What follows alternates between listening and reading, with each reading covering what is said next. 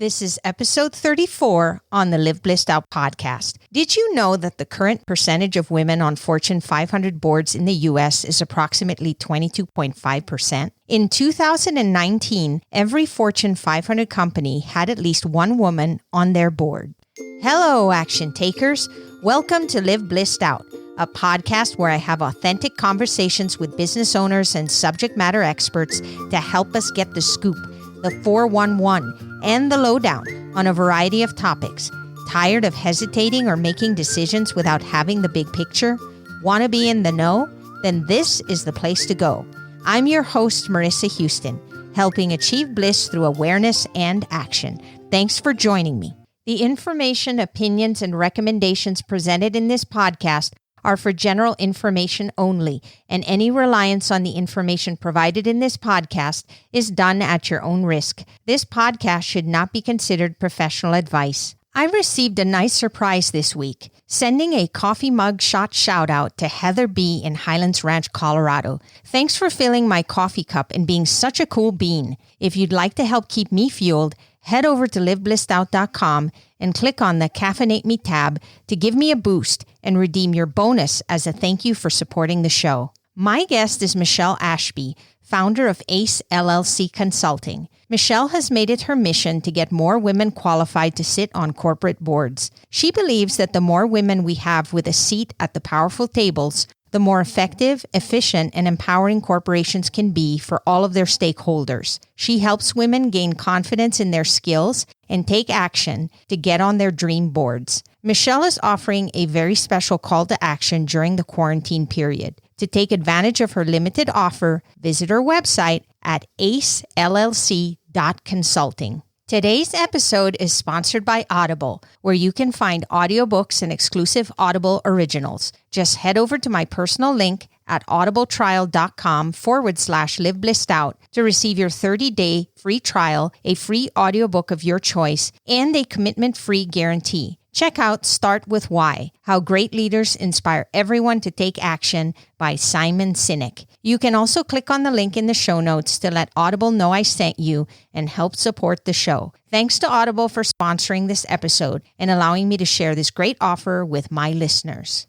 Hey, Michele, it's really great to have you on the show today. Hi, Marissa. Thank you. I'm so grateful to have this time to share with you and your listeners on the podcast. This is really exciting. Me too. I'm excited to talk to you. Our topic today is going to be about boards and why we need more women in boards. And so I'd like to start the conversation first by asking you, what exactly is a board? That's a really big question. I work with people on corporate boards, so we have lots of different types of boards. There's nonprofit, there's trade association boards, there's community boards, and there's corporate boards. And I focus on the corporate board side, and that's usually where people are more curious now and sometimes don't understand kind of what a corporate board is. So a corporate board can be either a private company board or a public company board. And the public companies are obviously traded on the exchanges, the New York Stock Exchange, and the private boards are private. There's no market that you can actually get a price of what their shares are worth individually. So they function a lot alike in business, but they do have differences in how they're regulated. So it gets a little bit more complicated as we go deeper. Wow, I had no idea that there were even different types of boards because the only one I was familiar with are the corporate boards. So that's really good information. So then my next question for you would be, why do they exist? Why do boards matter? What are they needed for? What is their purpose? The boards are really where the power and the money lies. So somebody has to be at the top to make those big decisions. Like once we have revenues and we've got money we've got to manage, we have to create budgets and we have to decide where those budgets go, and we have to decide who our executives are going to be that are going to be the best people to run our businesses. So really it's about governance and oversight. And they're really called directors for a reason. Is there a specific set of members that are on the board? I mean, is there a number per se, or does that vary depending on the corporation? So I'm going to just answer your questions as if we're talking about a public board. And in a public board, that means you are regulated by the exchanges that the company is listed on. And so you have to adhere to those. So they might vary, but let's say very generally, you're probably going to want to have at least 5 board members because the requirements of the market state that the board of directors needs to have 3 committees at a minimum. You need an audit committee to look over the financials and approve those. You need a compensation committee, which is in charge of compensation for the executive team, management, and also the board of directors themselves. And you need to have a nomination and governance committee because they're then in charge of making sure that things are run properly. So most likely you're going to see a minimum of 5 members on a public board, and it can go up to quite a large number, but I would say very unusual to see a board above 15 members. But, as companies get larger and they do acquisitions and mergers, so imagine if Facebook and Amazon were to merge, they would probably merge those 2 boards and you would end up with directors from both boards coming together. Now, they may not keep all of them, but let's say they both had 7 people on their boards and they merged, they might come out at the other end and end up with having 11 or something like that. So there's different ways that you can justify why the boards have grown into the larger size. So you're saying there's a range, and of course there are guidelines that are followed. It depends on the specific situation of that company. And in the case that you described, it was a merger. And so in that situation, you might be dealt with differently than a brand new company. Correct. Let's say you are in a company and you want to be on a board. Say you want to join a board or want to be considered. How do you know if you even qualify for that position? So if you're working for the company, you're not going to get on that board. You could be the board as a CEO. You'll be considered a board member, but you're a non-independent. You can't vote. So the board also has to be independent of the company. So the board of directors come from other businesses. You want to have a matrix of diversity so that you have the right backgrounds and subject matter experts that are sitting around the table that can help you grow and drive and oversee the company in the most efficient way. So let's say you are being considered to be a member of the board. What are the qualifications that are required for that position? When a company comes to me and says, we're looking for a candidate and here are the guidelines. We'd like to see a diversity, which is code for woman. It can mean a minority, but most of the time it's for a woman. I need somebody who has been a CFO of a public company. I'm also interested in the fact that they might be an expert in sustainability. So they'll give me a guideline with certain criteria that they're looking for. And then I would go to my database of ACE graduates and see if I have any candidates that would match those guidelines, and then make that recommendation and send that contact to the company so that they can start that process of vetting them and interviewing them. So if it's a company that's seeking specific characteristics, it starts with that, like a recruitment. And then it goes into, is it a good fit? So the fit part is extremely important in a corporate board because these people are making very critical decisions that affect everyone in the company and the shareholders and the customers. So having the right people in the group and sitting around the table is very critical. So it's a process and there is no one answer. Let me just also say that I have a rule that I call the Michele Ashby rule, and there's no science to back it. It's strictly on my research that I've done myself and my intuition, and my gut's pretty good about these things. I call it the 90-10 rule. So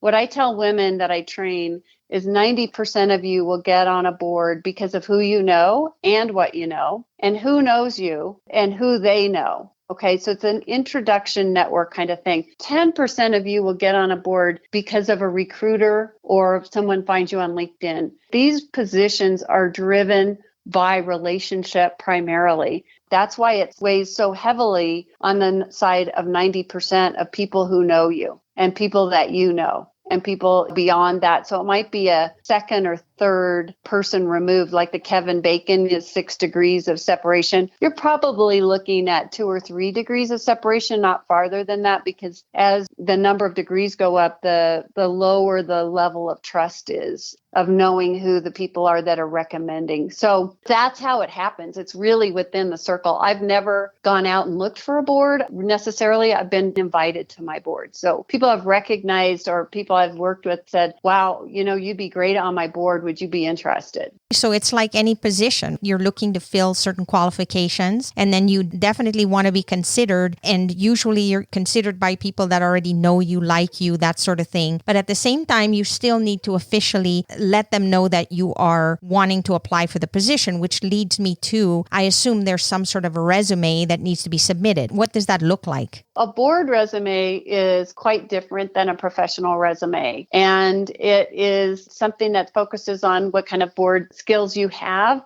what boards you've been on in the past, and also what kind of executive experience you have. It's hard to describe in a call like this, but we use this in our training, and I have it in my online course as well, as far as what are those things that are specific that you would want to have in your board resume versus your professional resume. I'll give you one thing. Most people say their professional resume has to be 2 pages. Board resume is not. It can be longer than that. And the reason is, let's say you put your board experience on the first page. That's what you want to do, is you want to put the board experience up front. Don't bury it in the back. And then your professional experience then is listed later on. So when the reader is looking at the board experience on the front and it says, oh, from 2015 to 2018, Michele was on the Lithium X board. Wonder what she was doing professionally during that time frame. They can flip back and see, oh, I see that she was a consultant with XYZ company during that time frame. So they need both. They do want to see your professional stuff. And the other thing too is, unlike your professional resume, for those of us who've had careers that have lasted 10 or 20 or 30 years, it's actually a benefit to show those decades, because boards are looking for people that have experience, life experience, business experience, ups and downs. They need people who are calm, who've had successes and failures. And those are the things that are so valuable to the directors when you're sitting around the table. When the question comes up, well, hey, Joe, how did you guys deal with that when your company had a personnel issue, or that kind of thing? So it's a benefit to show that you've worked a long time and you've worked in a number of different places, if that's the case. Are these positions paid positions? So I definitely work with women to help them to get into board positions that are compensated. So compensation in a director's position of a public company typically is going to be a combination of cash, or what they call a director fee, plus stock options or some kind of a stock benefit that would also be given to the director. It's like everybody's independent. But yes, you would have compensation. If you're getting on the board of a startup, though, and they don't have a lot of cash, typically what'll happen is they will issue you stock options as opposed to giving you the cash until the company gets up and running and has revenues and gets profitable. And then the compensation package would shift. And that's why it's important to have these compensation committees, because they meet a couple times a year to look at these kinds of things as the company is growing and changing, going up or down, basically. Is this similar to a normal position in a company where you work until you don't want to work anymore? Or are there time limits to being a member of a board?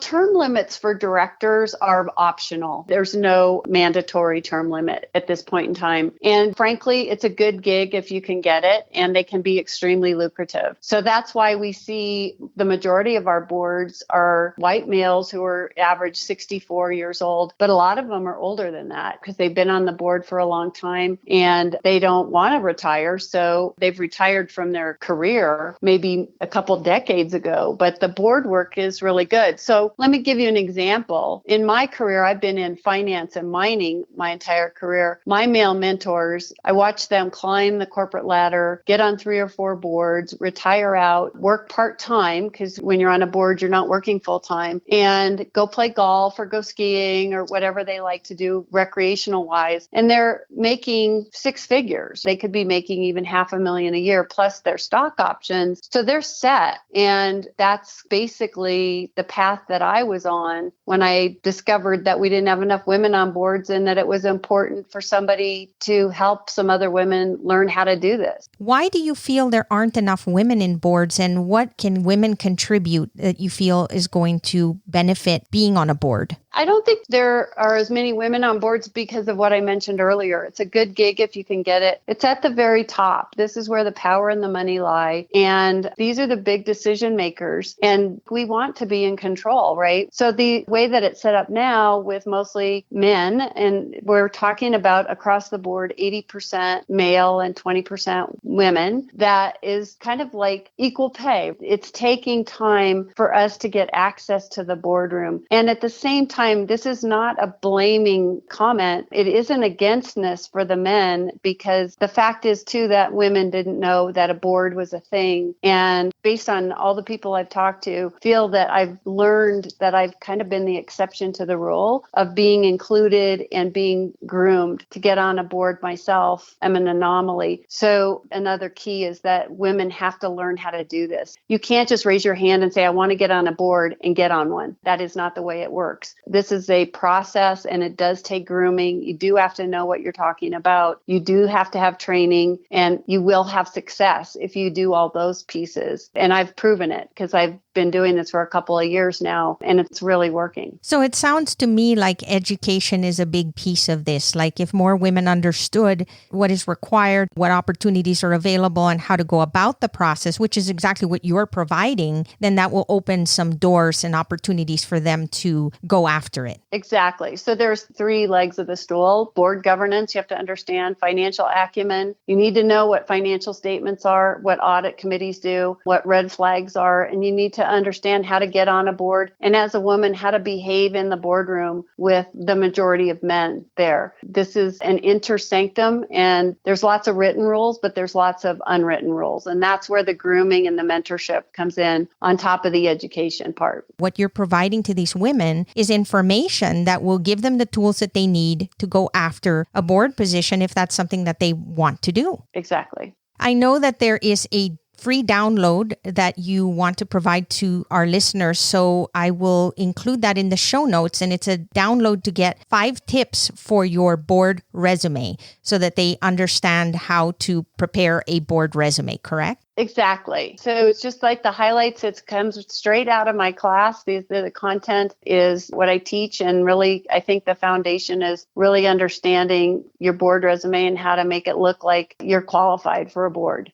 If a listener is listening right now and saying, oh, I'm very interested in this and I'd like to get more information, how do they reach you? The best way is to go to our website, and that is at www.acellc.consulting. And that has the information about my online course, as well as our certification course. We have the only certification that qualifies people as board candidates in the United States as of now. And so we have both of those offered that are going on. And the online course, I just want to bring up because at the time that we're doing this recording, it's during the coronavirus, what's happening here. And I am getting ready to launch a decree. We need more women now than ever to be ready to get on boards. This is a huge reset everywhere in the world, but in particular in the corporate world, and an opportunity for more leadership to show up at the top. And I just think that men and women working together at the top of these companies will be the future. We don't have a lot of time to get a lot of people ready. So I'm going to be offering my call to action offering of my online course, and it's going to be a huge discount to what the regular price is while we're in the coronavirus time and in quarantine. So I'm getting ready to launch that. That's wonderful. And so they can get all that information directly from your website. Exactly. Just go on there. They can click on the online. They'll be able to go through. It covers the board governance, how to get on boards, how to prepare for your board interview. And I have a bonus video on how to behave in the boardroom. That is an interview with one of my peers who's a male CEO and director